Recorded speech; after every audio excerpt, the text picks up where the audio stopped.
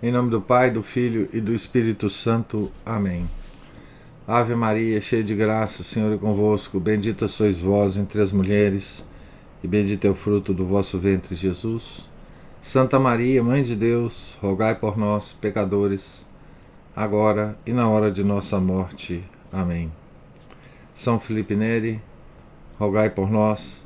Nossa Senhora de Fátima, rogai por nós. Em nome do Pai, do Filho e do Espírito Santo. Amém. Nós terminamos a leitura anterior do livro do Padre Tanqueray, a divinização do sofrimento, na página 70, com uma oração bonita, né, que eu quero repetir aqui. Ó Virgem compassiva, ajudai-nos, pois, a nos manter perto de vós ao pé da cruz, para suportar sem queixas as dores que aprouver a divina bondade enviar-nos para nos associar à obra redentora.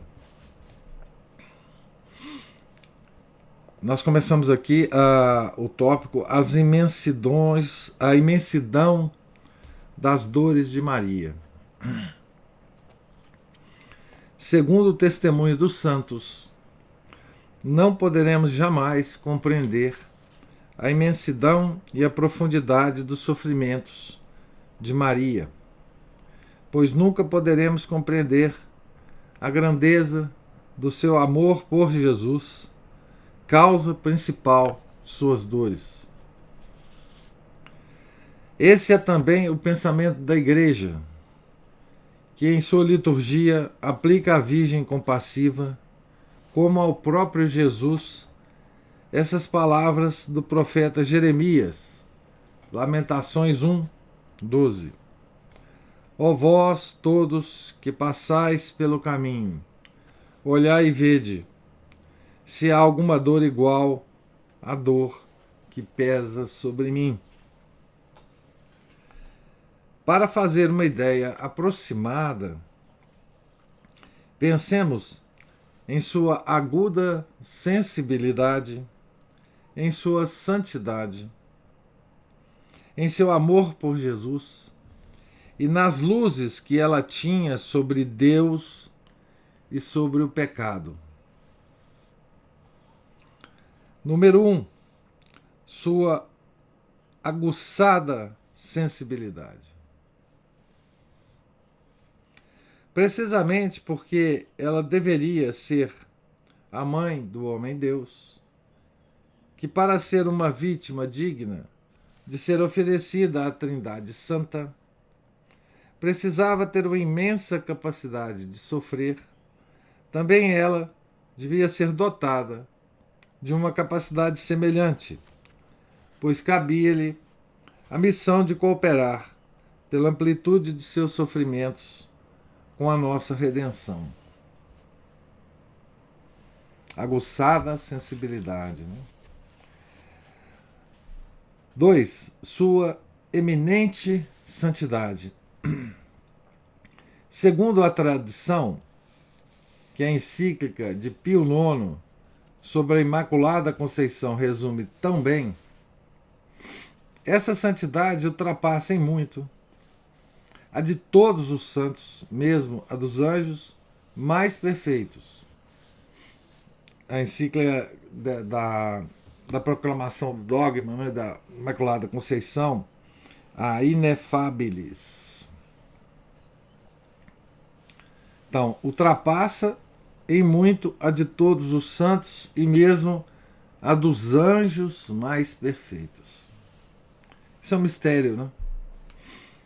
Ora, neste mundo, a santidade não existe sem sacrifícios, sem um verdadeiro martírio.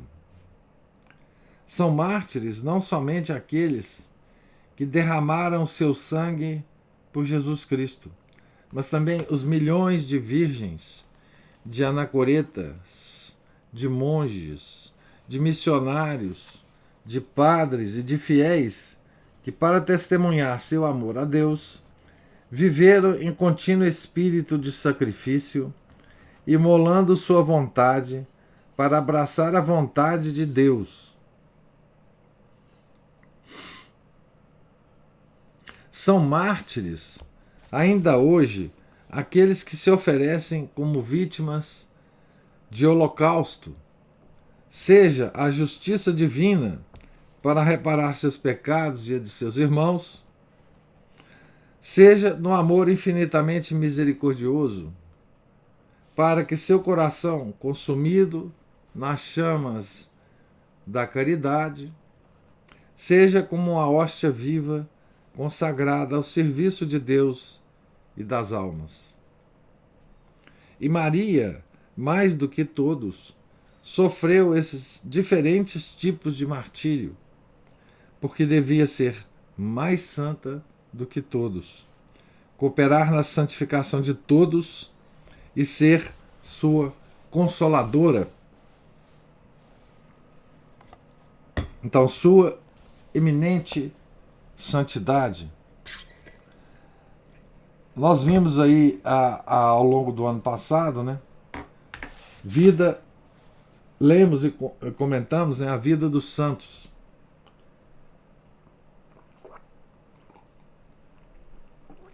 De alguns santos em particular. E acompanhamos, né, os sofrimentos desses santos.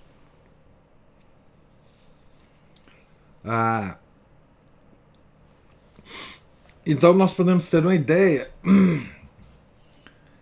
dos sofrimentos de Maria, porque a santidade de Maria está acima da santidade de todos os santos e de todos os anjos, né?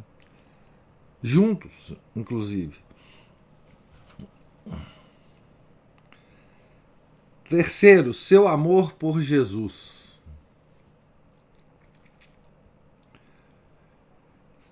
Ninguém amou como ela, pois Deus, que não faz as coisas pela metade, ao dá-la como mãe a seu filho, acendeu em seu coração virginal uma centelha desse amor divino que ele mesmo tem desde toda a eternidade por seu filho. Ela o ama com toda a sua alma como seu Deus e o ama como seu filho, o mais belo, o mais amoroso, o mais amável de todos os filhos. E esse amor, já imenso no dia da encarnação, só foi aumentando cada vez mais até o fim de sua vida. Ora, é esse amor a causa do seu suplício. Como diz Bossuet, para fazer da Virgem uma mártir, não é preciso acender o fogo. Não é preciso colocar a arma na mão dos carrascos, nem incitar a ira dos perseguidores. Basta uma mesma cruz para o seu bem-amado e para ela. Quereis, ó Pai eterno, que ela fique coberta de feridas? Fazei com que veja as de seu filho. Conduzia somente ao pé de sua cruz e deixe então agir o seu amor. Se o corpo de Jesus é moído de pancadas, Maria sente todas essas dores. Se a sua cabeça é perfurada pelos espinhos, Maria é rasgada por todas as suas pontas. Se lhe apresentam fel e vinagre, Maria bebe toda a sua amargura. Se seu corpo é estendido sobre a cruz, Maria sofre a mesma violência. São palavras de Bossuet, né? Naquele sermão que já foi citado aqui, Sermon sur la Compassion, do Bossuet, né? Os mártires se consolam de suas torturas, lançando um olhar afetuoso ao divino crucificado. Maria não tem esse consolo, pois olhar para Jesus é aumentar suas próprias dores e ainda aumentar as de seu filho, que não pode ver sofrer sua mãe sem que seu coração seja profundamente ferido. Olha, eu acho que isso que eu acabei de ler é a chave de todo o sofrimento de Nossa Senhora. E por que que o martírio dela é maior do que o martírio de todos os mártires? Né? Porque para o mártir, a cruz é um consolo, né? A cruz de Nosso Senhor. Para Maria é um sofrimento ainda maior. Portanto, Maria não tem consolação.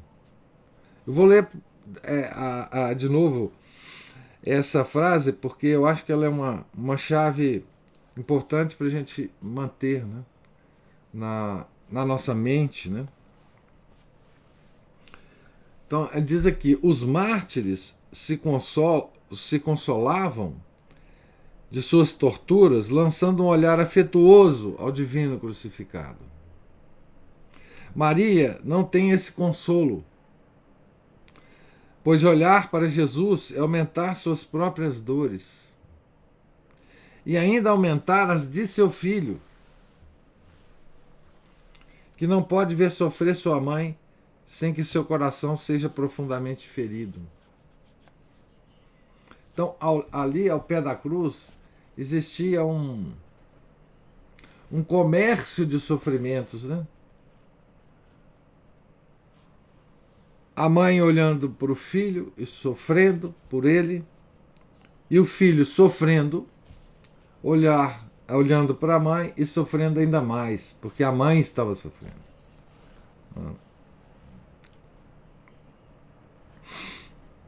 Sim, Maria é verdadeiramente a rainha dos mártires, pois o amor por seu filho foi a causa do seu martírio. E esse amor é incomensurável. Então, não há consolo para a Virgem Santíssima, né? 4. Suas luzes sobre Deus e o pecado. O que, no Horto das Oliveiras, mergulhou Jesus numa agonia mortal foi o seu pleno conhecimento da santidade de seu Pai e da ofensa que o pecado lhe causa. E Maria, mais do que ninguém, participa desse conhecimento. Desde o despertar de sua razão, seu primeiro olhar é para Deus, que é a própria santidade. E ela tem de sua perfeição um conhecimento que não poderemos jamais compreender. Ao mesmo tempo, ela recebe luzes sobre esse pecado do qual foi preservada, sobre sua feiura e sobre a ofensa que ele causa à divindade. E essa dupla luz aumentará ainda mais durante suas contemplações.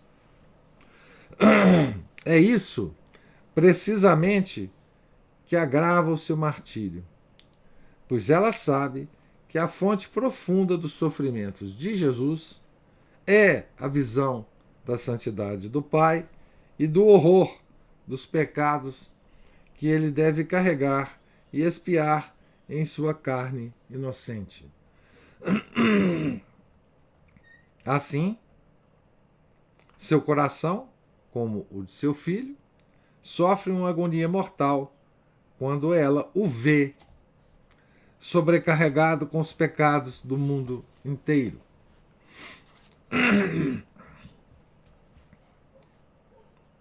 Então, Maria, ela tem uma compreensão muito maior, né, do que a nossa quando ela vê o filho sofrer. Né? Ela sabe por que ele está sofrendo, por quem ele está sofrendo. Para qualquer lado que nos voltemos, a alma de Maria nos parece como um oceano de dores cuja imensidão nos apavora. E considerando que cada um de nós tem contribuído tanto para aumentar essas dores, não devemos apreciar, meditá-las longamente e afetuosamente, para delas nos compadecer e reparar, assim, as feridas que infligimos ao coração de Maria e ao coração de Jesus?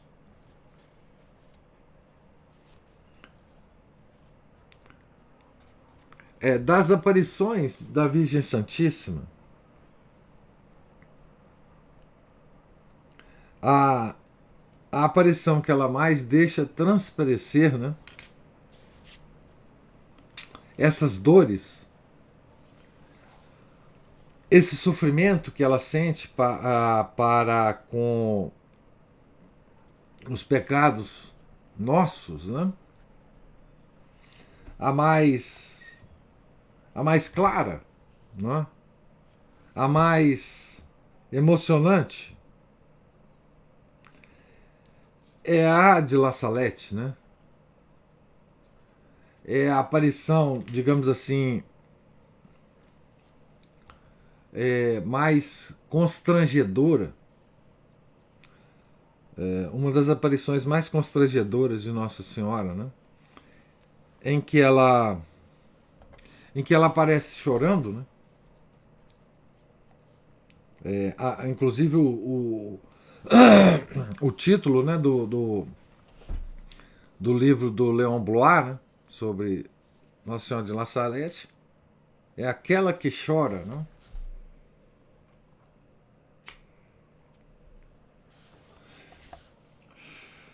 La Salette é uma aparição, talvez a segunda aparição mais constrangedora para a igreja atual, né? E da época também, né? Ela só não é mais constrangedora, talvez, do que as aparições de Fátima, né? Mas só lembrando que quando ela apareceu chorando, né? E ela estava chorando, e ela disse isso, né?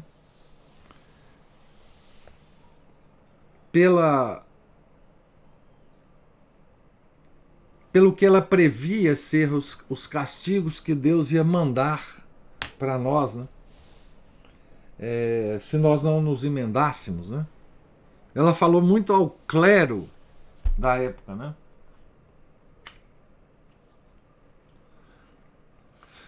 E por isso a igreja recebeu tão mal, né, essas revelações, né? E tão mal os pastorzinhos, né? A Melanie e o Maximiano. Mas ela disse ela falou de uma forma, ela usou uma metáfora, né, muito impressionante. Essa metáfora sempre me impressionou muito. Ela falou que não conseguia mais segurar o braço do seu filho, que ia cair com todo o seu poder sobre nós, os católicos. Né? E ela pedia penitência para que ela conseguisse segurar o braço de Nosso Senhor, né? O braço da justiça. Né? Ela já não estava mais conseguindo segurar esse braço. Essa metáfora é muito forte, né? E, enfim, né? Ela estava chorando. Né? Isso mostra o quão atual é o sofrimento do seu coração, né? Como também do Sacratíssimo Coração de Nosso Senhor Jesus Cristo, né? Então, por isso ele fala aqui, né?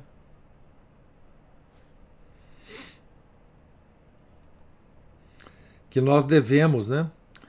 Apreciar as dores de Maria, né? Para dela nos compadecer e reparar assim as feridas que infligimos, né? No presente, no verbo, ao coração de Maria e ao coração de Jesus. No presente, né? A igreja propõe a nossa meditação e a nossa imitação 7 dores principais de Maria. Esse número não é exaustivo. Além dessas 7 dores, há certamente outras. Mas essas são as principais, as mais características, de forma que as demais podem associar-se a elas. Iremos, pois, percorrê-las delicadamente. São elas: primeira, a profecia de São Simeão, declarando-lhe que uma espada de dor lhe transpassaria a alma. Foi o início de seu martírio. Isso na apresentação ao templo, né? No templo e a sua purificação. Segunda dor, a fuga para o Egito, com todas as provações do exílio e da permanência em terra estrangeira. Terceira, a perda de Jesus no templo, quando, ao invés de acompanhar seus pais, ele permanece no templo de Jerusalém. Dias tão dolorosos para o coração da mãe. 3 dias, né? Quarta dor, o encontro com Jesus carregando a cruz no caminho do Calvário. Quinta dor, a crucificação do Salvador, da qual Maria acompanhou cada detalhe com um olhar profundamente entristecido. Sexta dor, a descida da cruz, que reavivou no coração da mãe todas as dores da crucificação. Sétima dor, o sepultamento de Jesus, que privou Maria, por algum tempo, da visão daquele que era a sua única felicidade. Então, são as 7 dores de Maria. Nossa Senhora das Dores, iluminai nosso espírito e aquecei nosso coração, enquanto ajoelhados a vossos pés, tentamos entrever a profundidade de vossos sofrimentos e dos de vosso Filho. Para meditar nas dores de Maria, seremos obrigados a relembrar brevemente as dores de Jesus que ela compartilhou. Isso nos ajudará, de resto, a compreender melhor que a mãe e o filho, tendo sofrido juntos, não devem ser separados em nossa devoção. Então, aqui ele vai fazer um resumo das 7 dores e é também um resumo, né? Essa descrição aqui ela é baseada no livro do Padre Faber, né? Aliás, tudo que ele está escrevendo aqui é um pouco baseado, entre outras fontes, no livro As Dores, o livro do Padre Faber, que chama, acho que foi traduzido Ao Pé da Cruz, né? Então, a primeira dor de Maria, a profecia de Simeão. Aquela que. Aquele trecho, um dos trechos dessa fala de São Simeão, né? É uma oração é, que a igreja coloca nas completas, né? Na última oração do dia, né? É aquela Nunc dimit servum tuum, Domine, segundo voluntate tuam, in pacem, né? Nunc dimit, aquela oração belíssima, né? Como já dissemos, se a vida de Maria foi, em seu conjunto, um longo martírio, ela teve também suas alegrias, que descreveremos brevemente.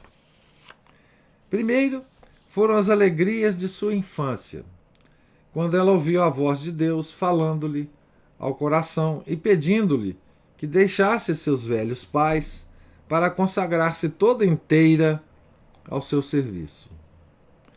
Com que alegria ela fez esse sacrifício e se ofereceu como vítima, antecipando assim, sem o saber, a oferenda do Calvário. Como era feliz ao rezar, em união com os sacerdotes e com todos os verdadeiros israelitas, pela vinda próxima do Messias, que ela esperava poder ver antes de morrer. Toda a jovem, né? Todos os jovens verdadeiros israelitas, né? Ansiavam pela vinda, né? Desde as primeiras profecias ansiavam pela vinda do Salvador, né? Maria não era diferente, né? Desde criança, né? No templo, rezando e ansiando, né? Vieram em seguida as alegrias de sua juventude, de seu noivado tão puro com José, duas virgindades unidas para melhor se protegerem. Logo vieram as alegrias tão profundas da Anunciação, quando ela ouviu o arcanjo Gabriel declarar que ela iria conceber e dar à luz esse Messias, esse Filho de Deus, esse Salvador tão ardentemente esperado. As alegrias da natividade, quando o Filho de Deus, feito homem, saindo do seu seio virginal, veio colocar-se em seus braços, e ela o pôde contemplar com seus olhos, aconchegá-lo amorosamente junto a seu coração e começar com ele essa vida de íntima união que a associaria para sempre à sua obra redentora. As alegrias desse longo período de convivência em Nazaré, as doces e familiares conversas com seu filho, que deviam fundir, por assim dizer, esses dois corações em um só, e imprimir na alma de Maria os sentimentos e as disposições interiores de Jesus. Ah, sem dúvida, essas alegrias não eram sem nuvens. Ela participou desde o início das tristezas e humilhações desse filho tão mal acolhido por aqueles que ele vinha salvar. Mas o fato de poder sofrer com ele e por ele não deixava de ser, para ela, uma imensa consolação. Sua primeira grande dor foi a profecia de São Simeão, submetendo-se a uma lei que não se aplicava a ela, a lei da purificação. Êxodos 3, 2, 13. Maria tinha vindo ao templo de Jerusalém para purificar-se de uma impureza que ela não tinha e oferecer a Deus esse filho que Deus lhe confiara. Com que amor ela apresentou publicamente ao Pai aquele que tantas vezes já tinha oferecido no santuário do seu coração. Ela sabe que esse filho pertence a Deus mais do que a ela. E, com um profundo sentimento de humildade e de gratidão, oferece-o em holocausto como vítima digna de resgatar o mundo. Ela sabe o que o espera, o sofrimento e a morte. Mas, como o mundo não pode ser salvo sem uma vítima de valor infinito, ela consente voluntariamente na imolação de seu filho e se oferece a si mesma junto com ele, imolando pela espada da obediência todas as suas ações e repetindo em seu coração seu humilde fiat. Eis a escrava do Senhor, faça-se em mim segundo a tua palavra. Lucas 1,38. Essa frase nós repetimos em todas as ocasiões que nós rezamos o Ângelus, né? Que é uma oração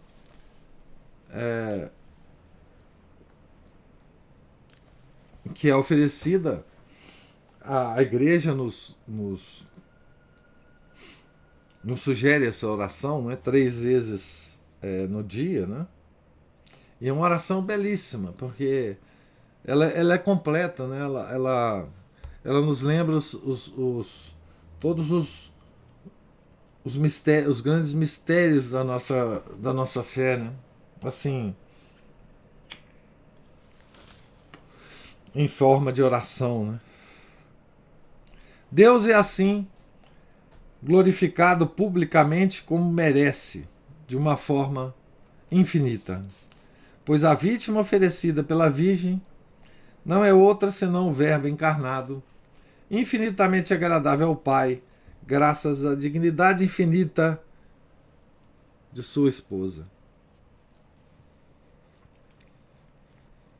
Aqui tem um detalhe interessante do texto do Padre Tanqueray e de todos os santos que comentaram sobre isso, né? É que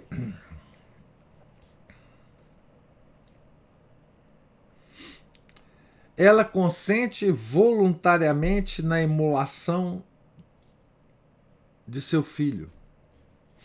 Aonde que ela consente isso? Onde que Maria consente que Deus seja crucificado, né? Ninguém perguntou para ela, né? Se podia ou não crucificar Nosso Senhor. Não foram perguntar para ela,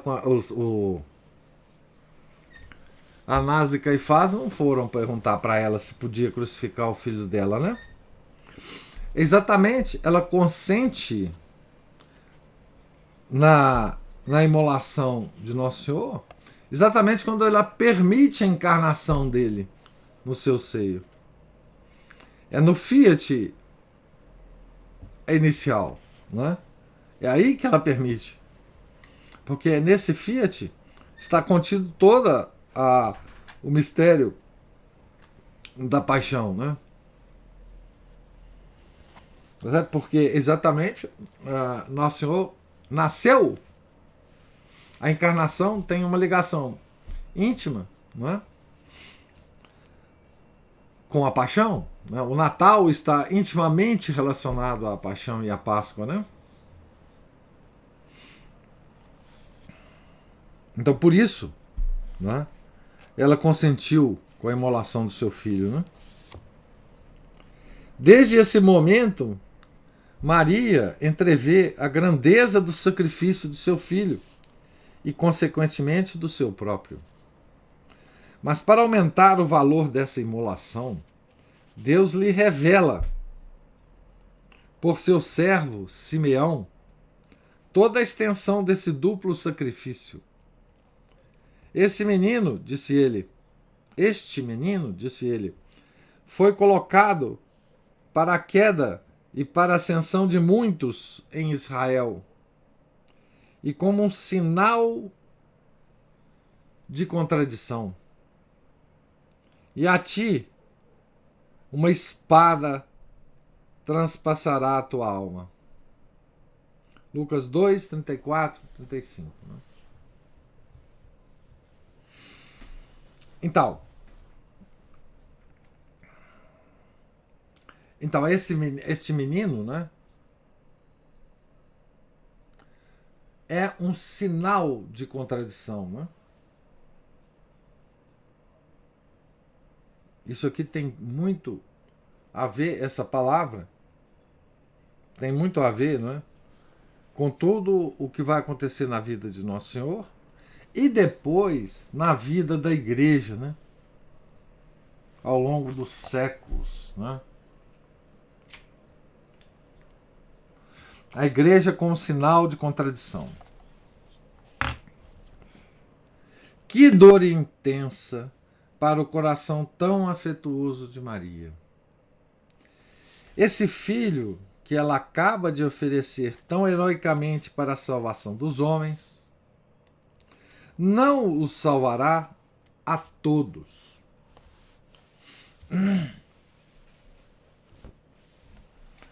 Olha que o Simeão fala, né?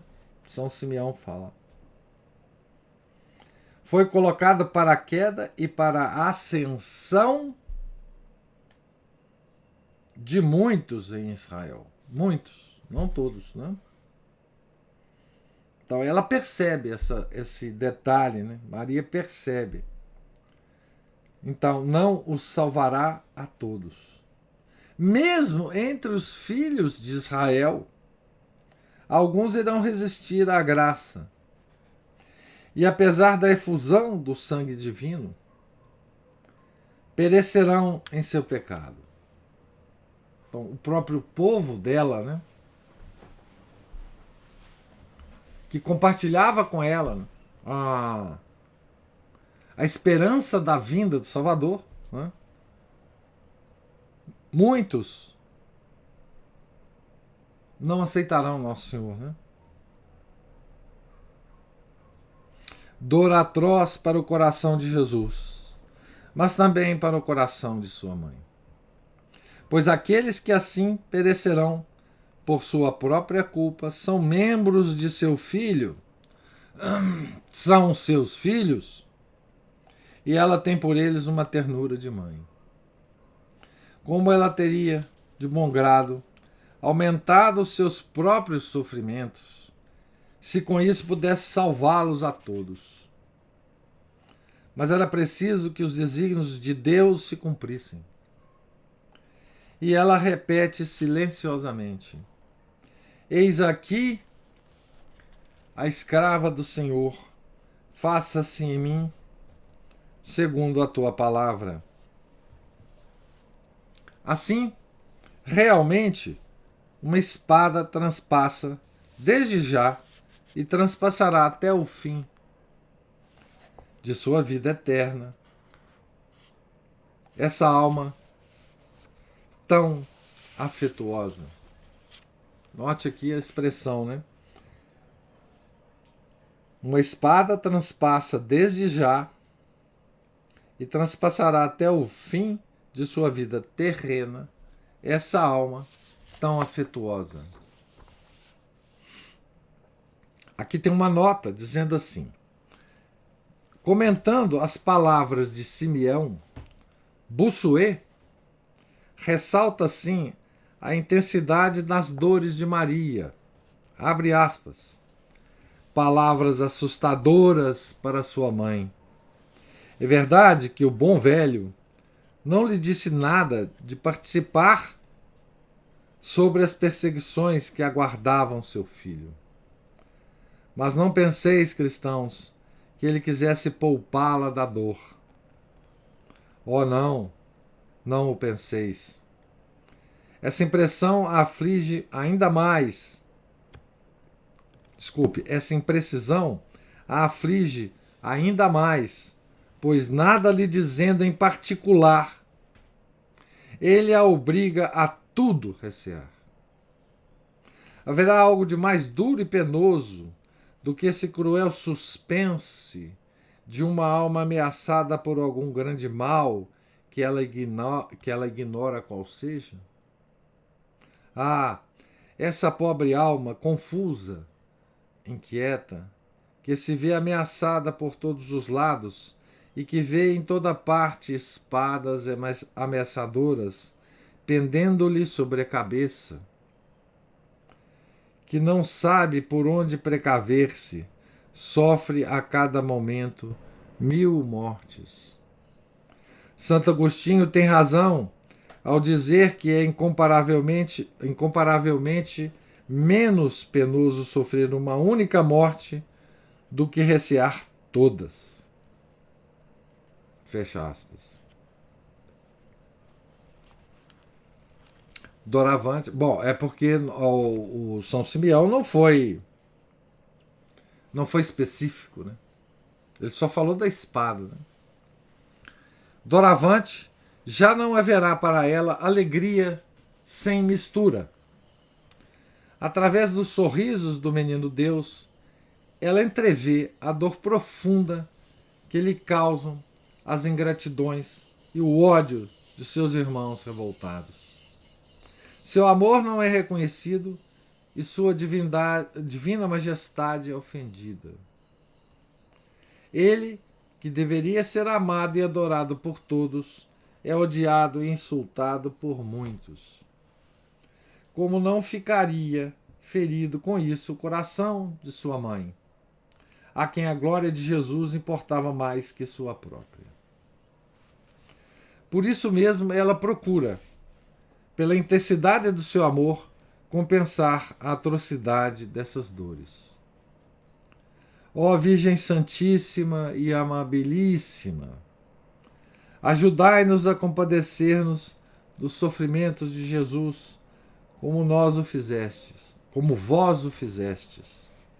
Aumentai em nosso coração o horror ao pecado e o desejo da santidade.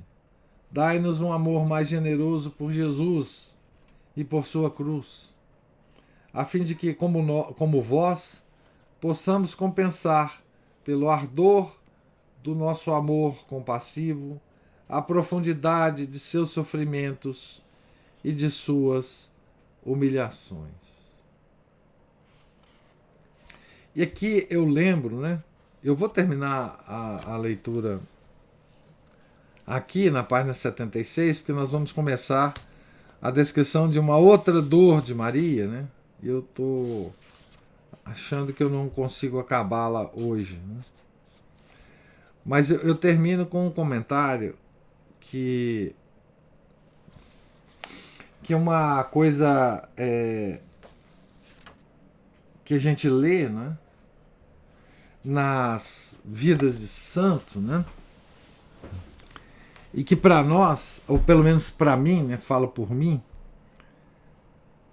é uma coisa incompreensível.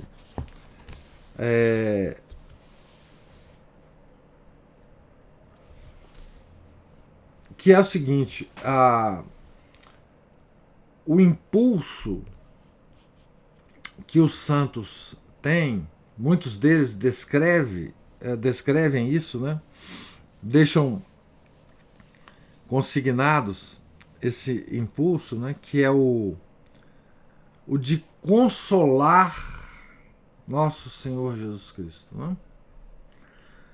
Ou de fazer companhia a nosso Senhor Jesus Cristo ao pé de sua cruz, né? Eu acho que isso aí é uma das coisas mais grandiosas da santidade, né? É você é você ficar ao pé da cruz, né? Ou, por exemplo, diante do Santíssimo, né? Ali, só com a sua presença, né? De um miserável pecador, para consolar Nosso Senhor ou para fazer companhia a Nosso Senhor, né? Só a fé pode explicar isso, né? E só a característica principal da nossa santa religião, né? Que é a religião de um Deus que morreu na cruz, né? É um impulso religioso nosso de extrema devoção, né? Baseado na crença, né? De que um miserável pecador, apenas com a sua miserável presença, pode consolar o coração de Deus, né? De Deus, né? A mesma coisa nos impulsiona a fazer atos de reparação, né? Se a gente vê as ofensas que nosso Redentor recebe, né? E a nossa mãezinha do céu recebe, a igreja diz que nós podemos fazer atos reparadores, né? Que isso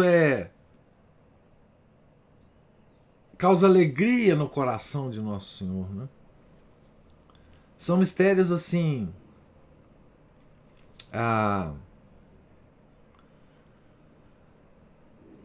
que estão entranhados no cerne da nossa religião, né? Do Deus que veio sofrer por nós e morrer por nós, né? E a gente consegue consolar esse Deus, né?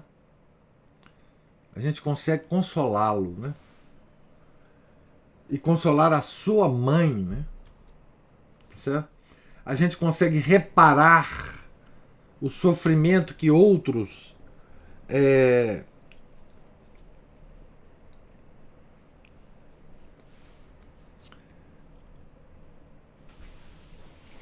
causam, né, ao coração, né, deles. Isso é uma coisa, para mim, uma das características mais fortes, ao mesmo tempo misteriosas, da nossa religião, não é? Essa coisa de consolar Nosso Senhor, né? Nas meditações de Santo Afonso Maria de Ligório, nas visitas ao Santíssimo e a Nossa Senhora, tem toda essa unção, né, dessa coisa de você consolar Nosso Senhor, da gente precisar fazer esses atos para consolar Nosso Senhor, né? O Francisco, né, o pastorzinho lá de Fátima, né, ele estava sempre consolando Nosso Senhor, né? Santa Teresinha de Lisieux, né, sempre à frente a um crucifixo, uma capela, consolando Nosso Senhor, né? Enfim, uma multidão de santos. Isso também é um aspecto do sofrimento, né?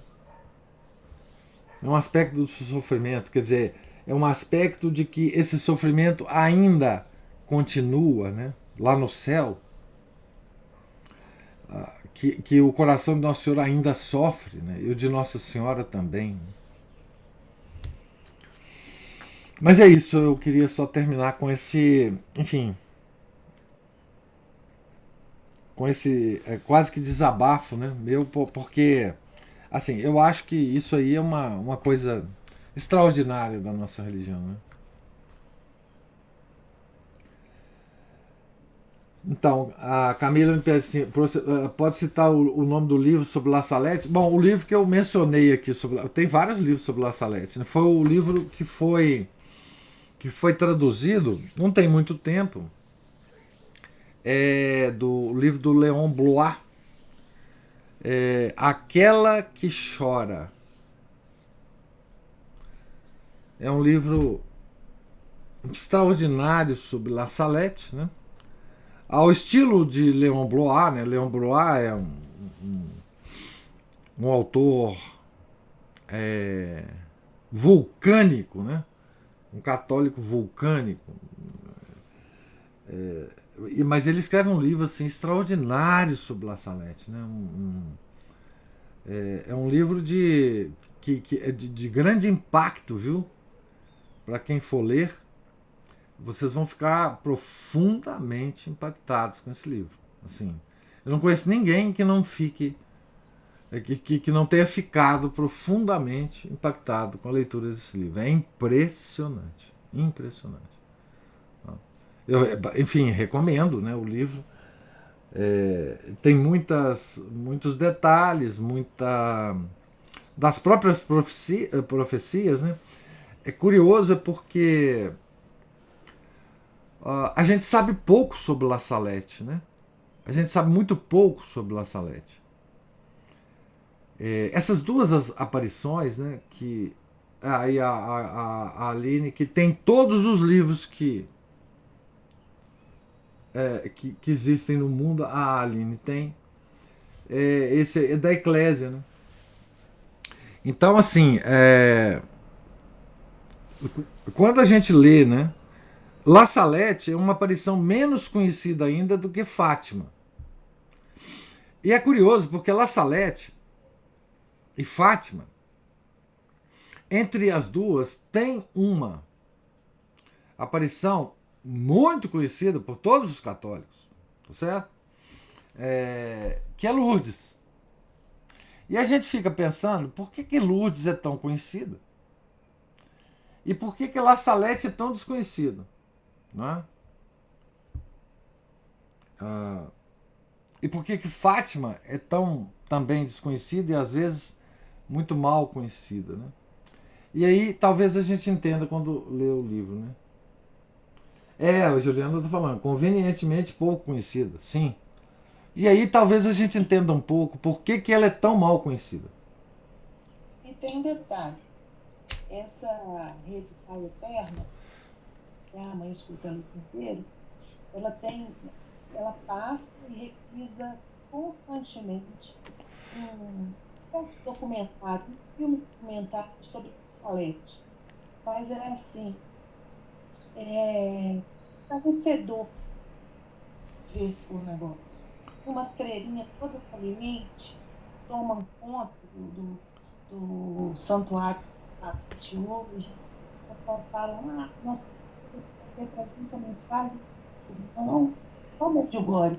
Nós É, que somos santos e devemos amar uns aos outros e fazer uns pelos outros o que a gente pode fazer. E não, não, não, não.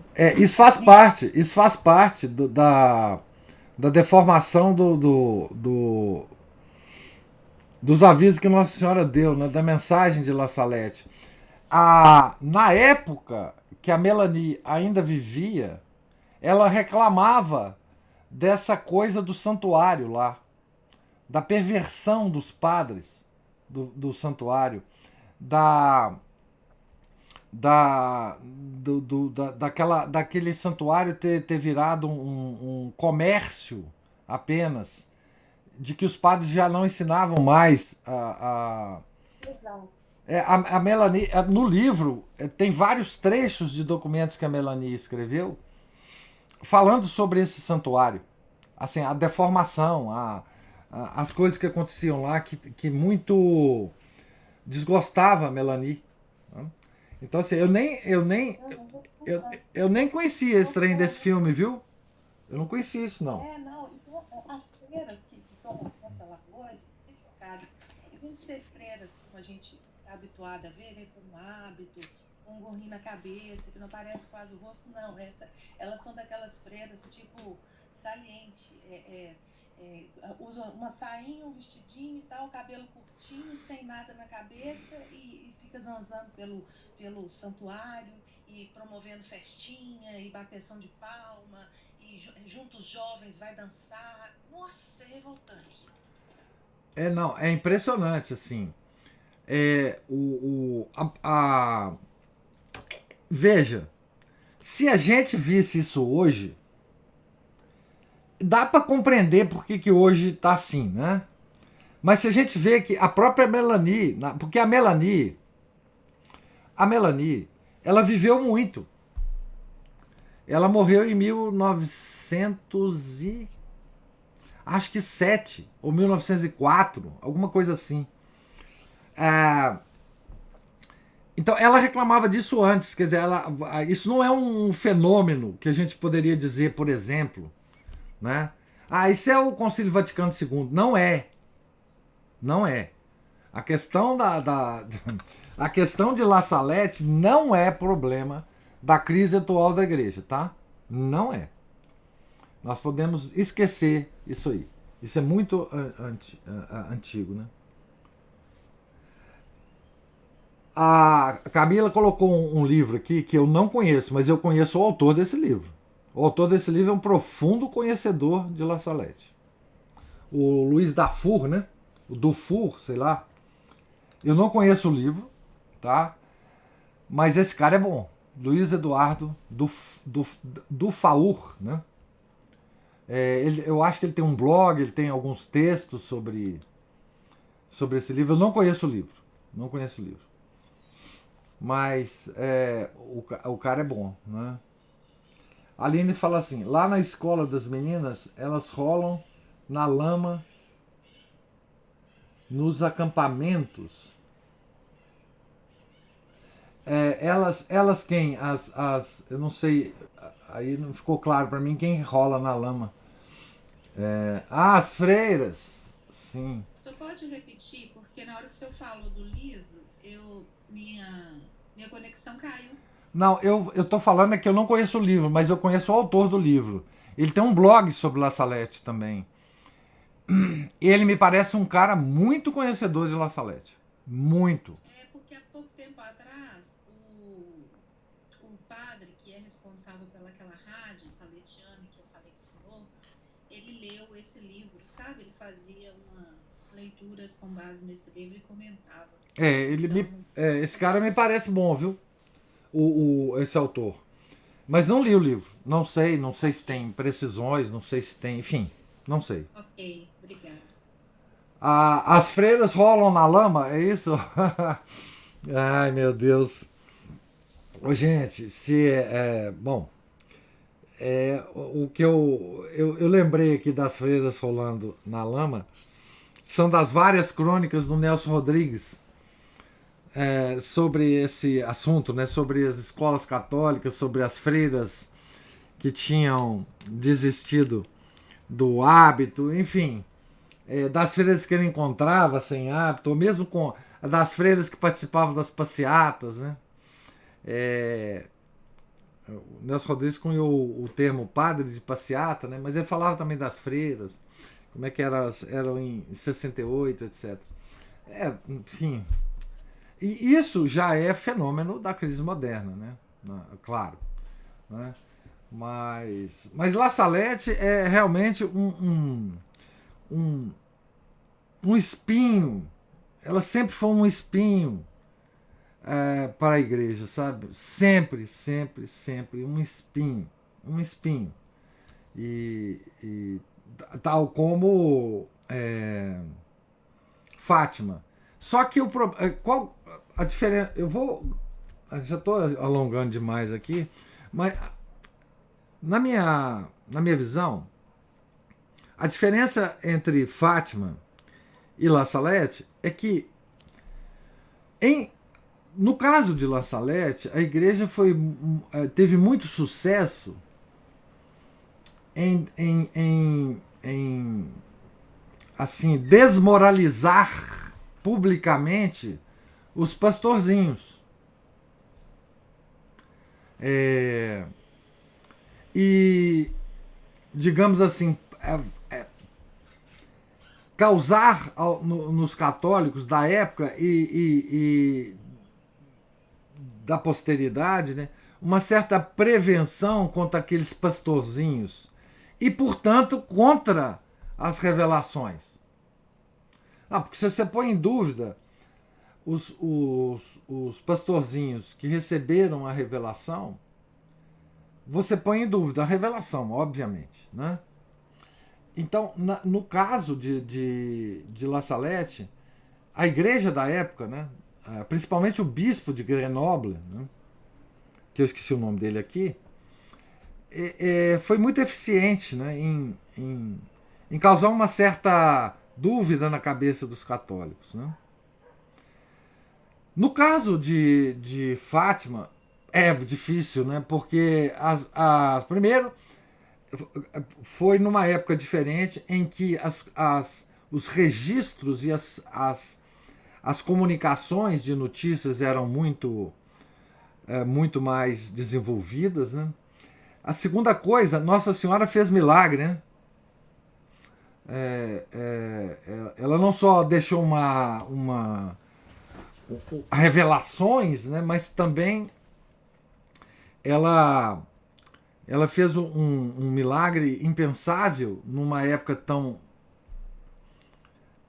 ateia e tão baseada tanto em ciência, né, que foi o milagre do Sol. O Sol saiu dançando pelo céu e foi isso registrado pelos jornais. Então não dá para esquecer, né? E tem outra coisa, né? A santidade dos pastorzinhos não pode ser colocada em dúvida, né? Então, enfim, até a igreja agora moderna reconheceu, né, e canonizou os dois pastorzinhos, né, que morreram logo em seguida, né? E vamos ver se a igreja falará alguma coisa sobre a pastora que viveu muitos anos, né, e que, enfim, não falou coisas muito agradáveis para a igreja, mas os dois pastorzinhos são santos da igreja hoje moderna, né, o São Francisco e a Santa Jacinta, né? Mas enfim, as duas têm essas diferenças, mas ambas são muito assim, muito inconvenientes para a igreja, porque falam do clero, atacam diretamente o clero, as altas autoridades da igreja, enfim, então isso aí não pega bem, né? Vamos dizer assim. Não, a pastora, as duas, o que eu falei dos pastorzinhos é o Maximiano e a Melanie. A pastora que viveu muito tempo foi a irmã Lúcia, né? De Fátima, né? Que falou muita coisa que não foi muito bem recebido, né? Então, pessoal, muito obrigado. Deus lhes pague a paciência, né? E nós terminamos então, só para registrar, né? Na página 76. Não, Camila, não foi a falsa, não. Foi a verdadeira que falou coisas inconvenientes para o clero, tá? Então, a página 76, na segunda dor de Maria, a fuga para o Egito, que nós começamos a ler amanhã, né? Se Deus permitir. Tenham todos um santo dia. Fiquem com Deus. Em nome do Pai, do Filho e do Espírito Santo. Amém. Ave Maria, cheia de graça, o Senhor é convosco. Bendita sois vós entre as mulheres, e bendito é o fruto do vosso ventre, Jesus. Santa Maria, Mãe de Deus, rogai por nós, pecadores, agora e na hora de nossa morte. Amém. São Felipe Neri, rogai por nós. Nossa Senhora de La Salette, rogai por nós. Nossa Senhora de Fátima, rogai por nós. Em nome do Pai, do Filho e do Espírito Santo. Amém.